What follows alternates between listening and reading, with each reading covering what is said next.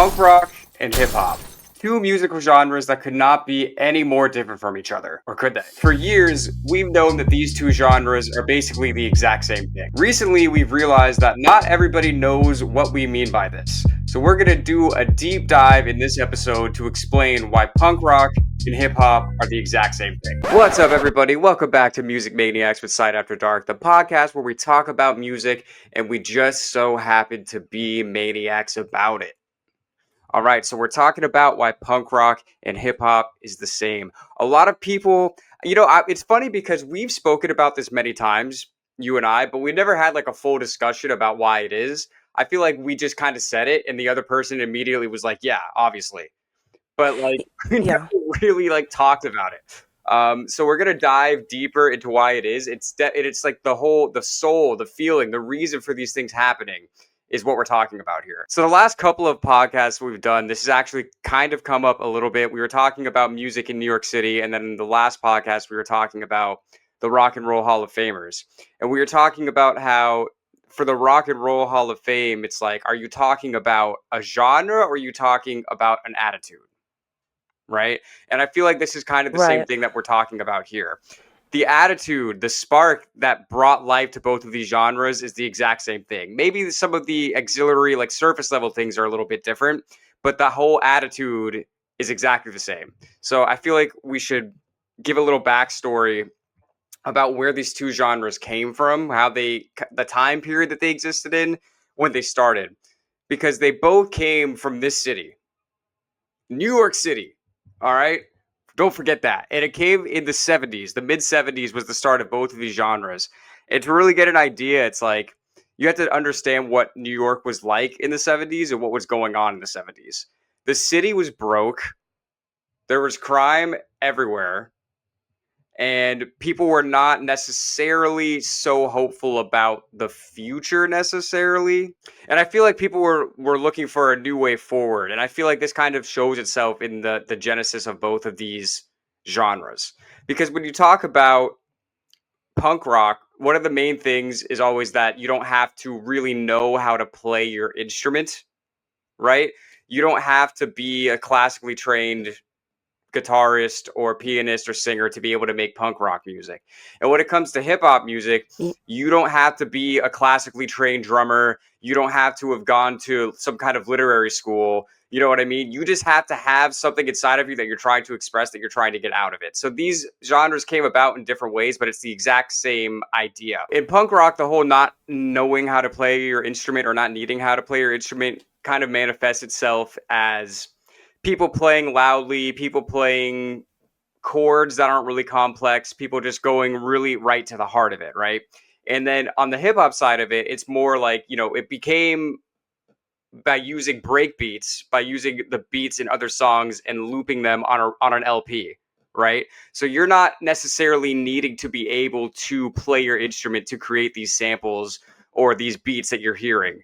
And then when it comes to the actual lyricism of it, you don't have to necessarily be a singer. You don't have to have been a classically trained singer. If you can write, if you have something that you're trying to express and you can express it on a microphone, then you can be a great rapper. You don't need to be classically trained in all of these ways, as people thought maybe before you had to be classically trained to be a musician. Yeah. What's cool about hip hop and punk is that when they were both like in their infancy, they were kind of defined the same way because punk was called punk because it wasn't either rock and roll or heavy metal.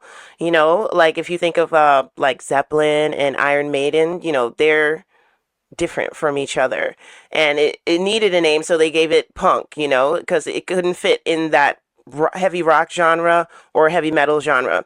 And then like hip hop was called hip hop in the beginning because even though it took influences from rock, funk, dub, like anything, it wasn't either of those. Even took some Mm-hmm. R&B soul influences and it wasn't either of those. So it just got that name. And then the definitions for the music came after they just kind of pulled those names out.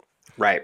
Mhm. Right. So again, it's kind of just, we're talking about the attitude. We're talking about the spark that led to these genres. If you're saying musically, if you're going to analyze, like, okay, yeah, there's might be some different things, but you're talking about the reason that these things were happening and the way that they were happening.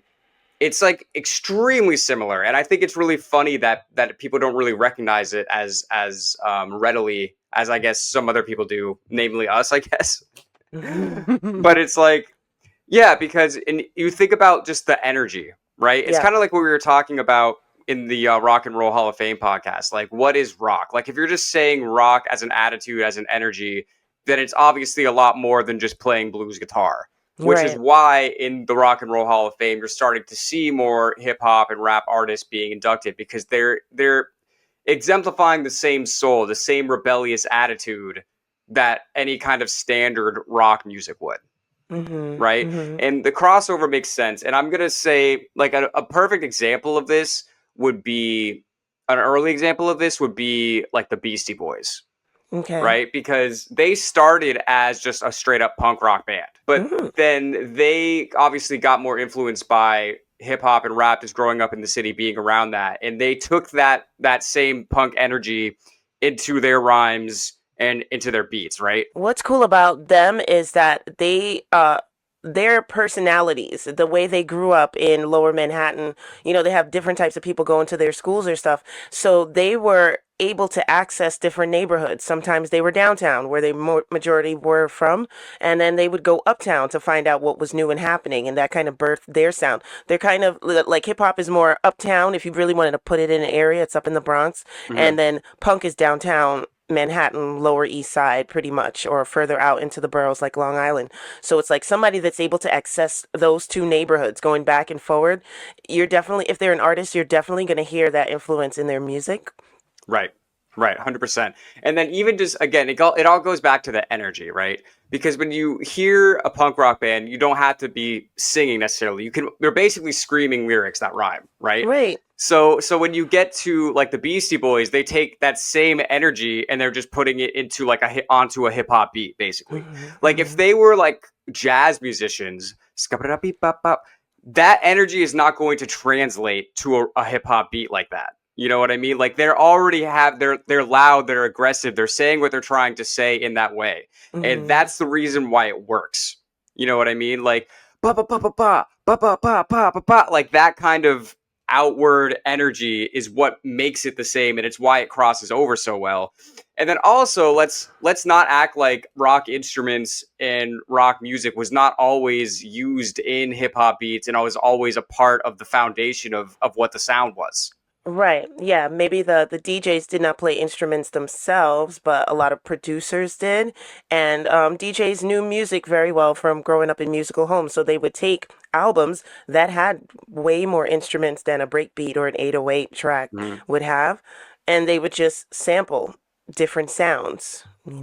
Right. So that's another way of saying it's like again the whole thing is like you don't have to know quote unquote how to play your instrument or even a instrument, Yeah. right? Like at least in the classical sense, because you could argue that a turntable and that sampling is an instrument isn't in itself, and I would say that it is. Hmm. But as far as like the classical instrument of drums, bass, guitar, you don't have to go take a lesson to that to be able to make a punk rock song or to be able to make a hip hop song. Yeah. I think I remember Johnny Rotten saying when they first started, they just knew like two or three chords. And that's it. Exactly. So in the same like crossover, I guess you could say you don't necessarily have to have even a huge collection of records. If you have 2 to 3 break beats, even you could have that as a beat, and then somebody knows how to write over it. That's it. They're not singing. Like again, so people like to talk shit about rap music sometimes because they say, oh, they're not really singing or whatever. But it's like they don't have to. That's kind of the point. It's the Right. exact same thing. This is what we're saying. Like it doesn't matter if you can hit a specific scale or a specific note. Are you writing this yourself? Is this something that you're trying to express? Are you expressing it? Those are the Yeah. things that we're checking off the box, not where did you go to school? You know Yeah. what I mean? Yeah, and those are some of the great things. I feel like in rock and roll music, you have a lot of writers, but on the rap end with like R&B soul, you may not necessarily. You'll have a great R&B singer, but a Hmm. lot of times that R&B singer did not write the song. You Right. know, so yeah, you can argue, you know, where the artistry is, but you will find artistry in hip hop because some of those guys are really poets, guys and gals.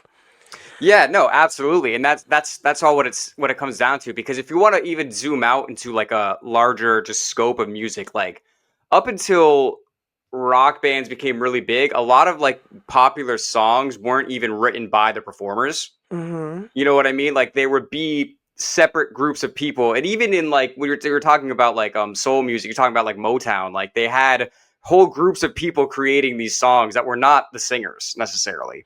Yeah. So, but this, it's like if you're not writing your own raps, that's very frowned upon. Like if you have a ghostwriter, like that's not cool, bro. Like that's not what this is about.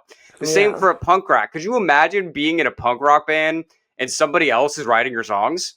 Yeah, it's so crazy because what these two types of music do share is their kind of minimalist cultural effect. So Mm-hmm. you don't, even though there's a lot of flair in hip hop, and you can argue there's a lot of flair in punk, people wear safety pins as Yes. earrings and stuff. So there is a look that you have, but it's not necessary. Like you can come through in a t-shirt and Mm-hmm. sneakers to either of these musical shows and Absolutely. get on just fine. That's really cool about it. Another part of the hip hop punk culture is the kind of anti-establishment part of their culture or social commentary part of the culture, Mm-hmm. where like rock and R&B, if you kind of want to concentrate rock and R&B lyrics, it's pretty much about love, bravado, fantasy, if you will. Mm-hmm. And punk and hip hop slash rap are about like social commentary or how you feel in your neighborhood, what you wake up to see today, in terms of where you stand in your demographic, where you stand in the world, how the world affects you and how you live. That you see more in punk rock and hip hop a lot. Yeah, absolutely. And I think it goes back to like how we started, like we were talking about like where these places come from and what was happening in the world and like in the city when these genres are coming up. Because Mm, we're talking about a time when things were not really great here. There was a lot of economic dissatisfaction. mm-hmm. It was a very dangerous place to be. And again, so you're a kid growing up, whether you're growing up uptown, whether you're growing up downtown, you have things that you want to say, but you might not be trained in the way that other musicians have been in the past. But as an artist, as a creative person, you're going to figure out a way to say it. Yeah, And that yeah, is really what this is. It's just two different ways of saying the same thing, of kind of exemplifying the same attitude. And yeah, I think I think people, if you really wanted to dumb it down, I mean, some people would say like, oh well, this is the white way of doing it or the black way of doing it. I think that's very stupid because there's been white rappers and there's been black punk rockers. So I yeah, think that's not correct. I think that would be a very simplistic way of saying it, but yeah. it's not true. Yeah, no, it's definitely not true. You definitely have dominance in each musical genre, Hmm. but you will find great heroes that are not the dominant race in Hmm. those musical genres as well. So that's really, really cool about that.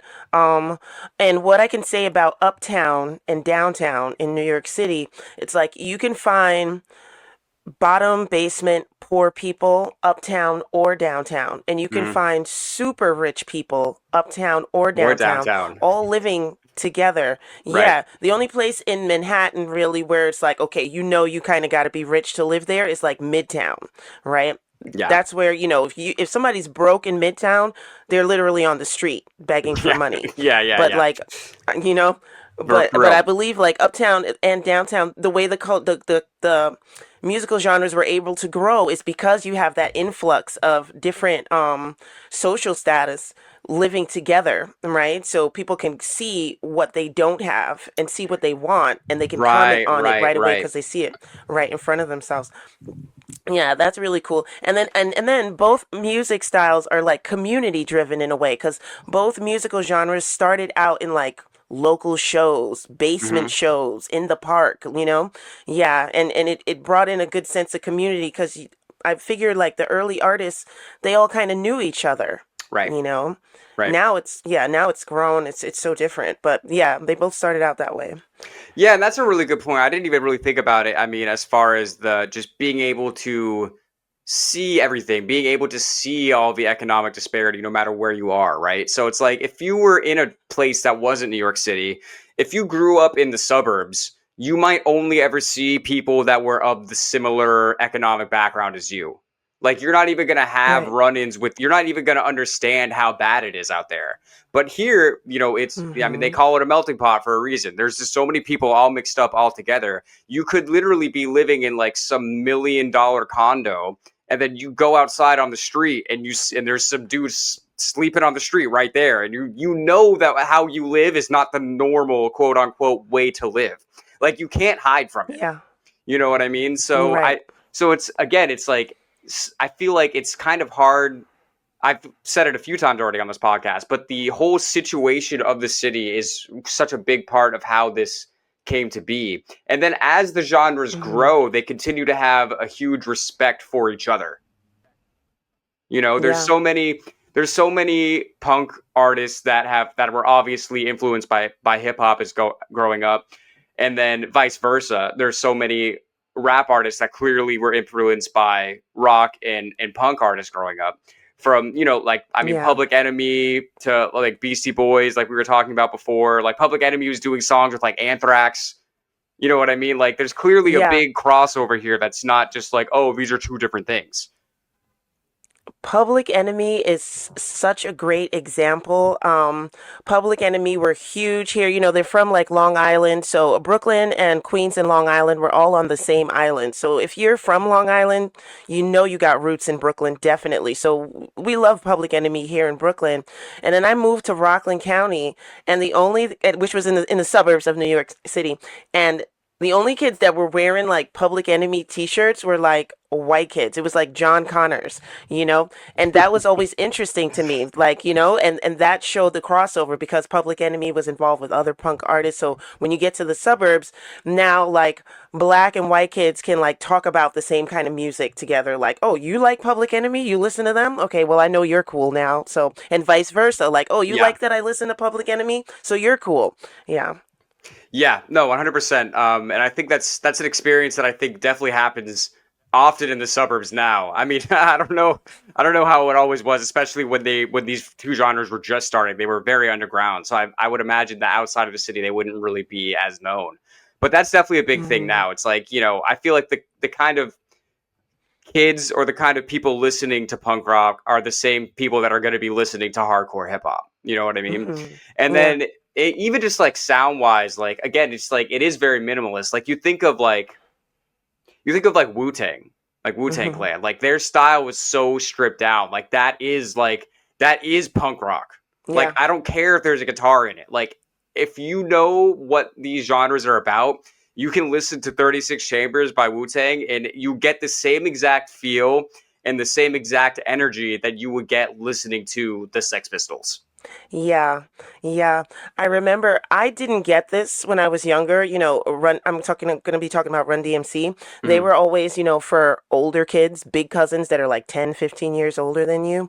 But Run DMC said when they were making their music in the beginning, they wanted to make the street slash black version of kids moshing in mosh pits and kids going wild in the punk rock clubs. They wanted their sound to just be the more black version of that, if you will, like, or hip hop version or street Right. version. I can't really say that because punk is for the streets too, Mhm. and punk is hardcore. But yeah, so they wanted their sound to have kind of like a real rock smash and go kind of appeal, Mhm. and that pretty much blew them up. Yeah, and then I guess this is kind of an interesting transition to Def Jam Records in a way. Hmm. Because even when you think about that, so Def Jam was one of the biggest of the original like hip hop labels, Yeah. right? Record labels. And you think of the when that was founded, it was founded by Russell Simmons and it was founded by Rick Rubin, right? Right. So Russell grew up more in the hip hop world and Rick grew up more in the punk rock world. He was in like punk bands and stuff. Like I Hmm. remember there was a story one time his dad was like a cop on Long Island and he literally they had like a show in CBGB's and he had his dad come bust up the show, which I thought was funny. But it's like those two together are what founded that label, which ended up being the biggest label in hip hop.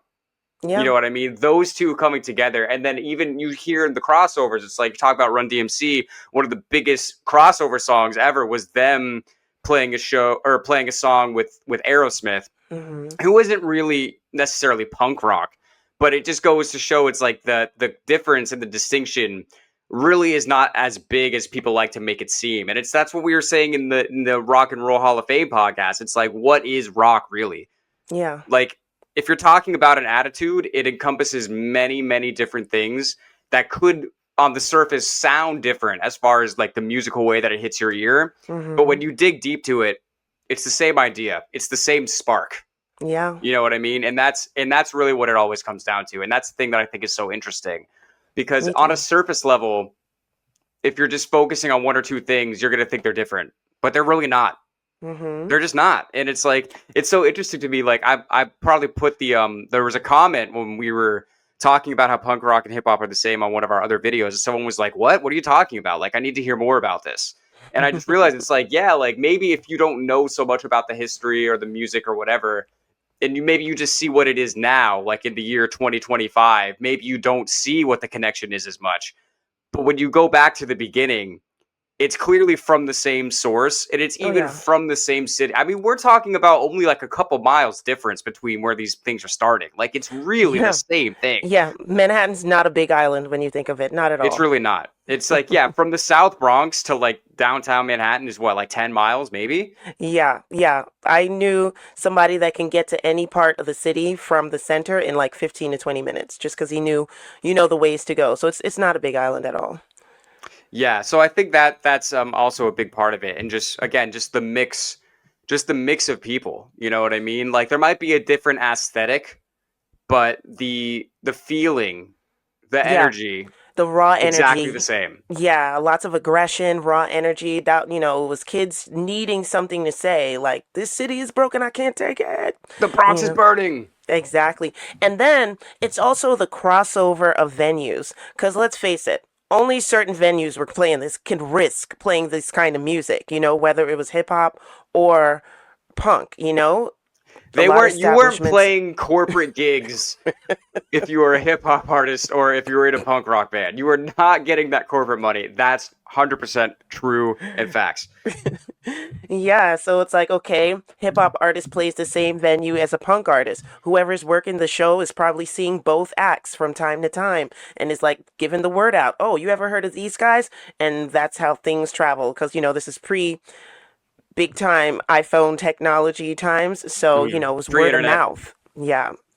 They really got everything growing, which is crazy. And, hip hop and punk have grown so much that they in themselves have such diverse artists in Yeah. their own genre. Like, it's just become something so huge now. And I think that's why, again, on the surface level, like just even the sentence punk rock and hip hop are the same. If you only are looking at it from a present day point of view, it might be pretty difficult to really understand what we're saying. You know what I mean? Because they have grown and they've gone off in so many different directions. But it's like it's impossible to talk about a genre in the way that a genre has progressed without talking about where it started and how it started. Yeah. You know what I mean? So yeah, you could have one rapper that maybe it's a little more smooth. Maybe at this point you have some kind of smooth rapper that doesn't have that punk rock yelling kind of energy. Hmm. And you might have some punk rock bands that are maybe a little more relaxed.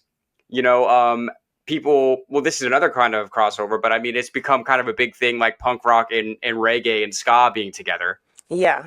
You know Yeah. what I mean? Yeah. So you Big might hear one influence. of those bands and not really understand how that's really that similar to hip hop. But if Hmm. you go back to where it started, it's pretty clear, I feel like. Yeah. So I don't know. I'm curious, like, if people listening to this, people watching this, like, do you see what we're saying? Do you agree? Do you disagree? I'm really curious to hear other perspectives on this as well, because it's something that, as we said at the beginning of the podcast, Sifa and I just always had intuitively understood that. We never really broke it out why it's the same until really right now, to be honest. We just knew that it was the same thing, you Hmm. know? But again, it's really just a feel. And it's like, how do you explain a feeling? Yeah. You know what I mean? Yeah. I I looked up, this is so interesting. They have punk rock covers of hip hop songs that some I have not heard, but I'm just going to name like four of them. So Okay. Run This Town by Jay-Z, Rihanna, and Kanye West.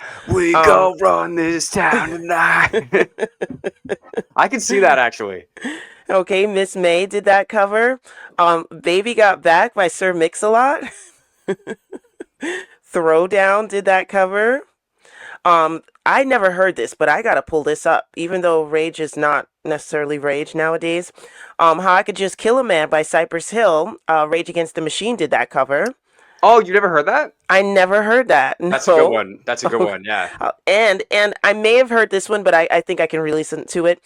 Jump Around by House of Pain. Limp Bizkit did a cover of that, which I know That's funny. that's a good one. I do want to shout out actually Rage Against the Machine is a good kind of example of what we're talking about. Yeah, of the I blend mean, of hip hop and of the punk. blended punk because again, that's punk instruments, but clearly hip hop. Mm-hmm. Right. I mean that I would say the Beastie Boys and Rage Against the Machine are probably the best like older school examples of like Yeah. their main style because that's like a full band, but they don't Yeah. have a singer. They have a rapper. Right. They have a rapper, and what's really cool, going back to when you were saying like the turntables, the mixing and the scratching, is that an instrument? Well, we went to Play It Loud at the Met, and they had all of Rage of Machine's gear on display, including Yeah. the turntables. So, Yeah. all right, we're But talking yeah, about one of the biggest museums in the world, it you was know? Play It Loud was an exhibit we went to that specifically was showcasing instruments from rock musicians. Yes. And yeah, so it's like you're seeing pianos that were played from the Doors and you're Mm-hmm. seeing turntables that were used in Rage Against the Machine because again, it's the attitude, it's the whole, anti-establishment like I see what's happening in the world and I need to speak about it. Mm-hmm. Mm-hmm. Whether you're doing that over a breakbeat with a turntable or where you're doing that over a basic drum beat with some power chords, it doesn't really make a difference. Right. That's what we're coming back to. That's what this all comes back to. So I don't mean to just harp on this point over and over again, but this is really the point of the podcast. It's like the whole idea, the energy, the passion, it's 100% exactly the same thing. And I just can't say it Mm-hmm. enough. So I just Agreed. really hope that we've like said this in a way that makes sense to maybe to anybody but else.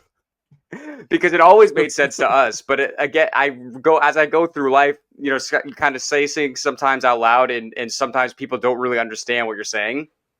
So hopefully, this kind of cleared up a little bit of the not confusion, but ambiguity of the statement. You know what I mean? Yeah. Yeah. That's a good way to put it. So I hope you guys enjoyed this. I hope you got something out of this. I hope we maybe expanded your brain and your idea of what genres of music are. Again, I would really love to hear from you guys. Like, let us know if you learned anything, if you have a different take or anything else that you really want to Mm-hmm. add about, the development of both of these genres, or if there's any, main points that we missed of the similarities or even the differences, really. But yeah, I think that's pretty much it, unless you have anything else you want to add. No, no, nothing to add. This was good. All right, so thanks for being here, everybody. We're Music Maniacs. We're Side After Dark, and we'll see you soon.